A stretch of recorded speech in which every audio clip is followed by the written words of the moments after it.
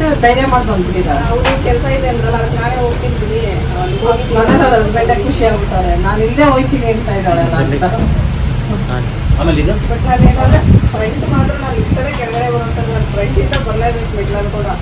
ಬಂದ್ಮೇಲಿಂದ ಮೆಟ್ಲು ಹತ್ಕೊಂಡ್ ಬರ್ಲೇಬೇಕು ಅಂತ ಆಟ ತೊಟ್ಟಿದ್ದಾಳೆ ಸರ್. ಅದಕ್ಕೆ ಸ್ವಲ್ಪ ಇಲ್ಲ ನೀವು ಮಾಡ್ತೀರಾ. ಒಟ್ಟು ಇದು ನಿಮ್ಮ ಮನೆಯಲ್ಲಿ ಹೋದ್ ಸರಿ ಒಂದು ಮನೆಗೆ ಮಾತ್ರ ನಡೀತಾ ಇದ್ರಿ, ಹೊರಗಡೆ ಹೋಗ್ತಾ ಇರಲಿಲ್ಲ. ಇವಾಗ ರೋಡ್ ಹೋಗಿ ನಡೀತೀರಾ?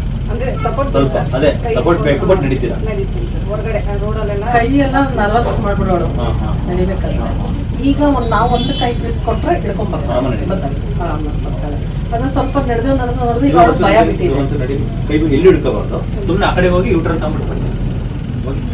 ಎಲ್ಲಿ ಹಿಡ್ಕೋಬಾರ್ದು, ಎಲ್ಲಿ ಟಚ್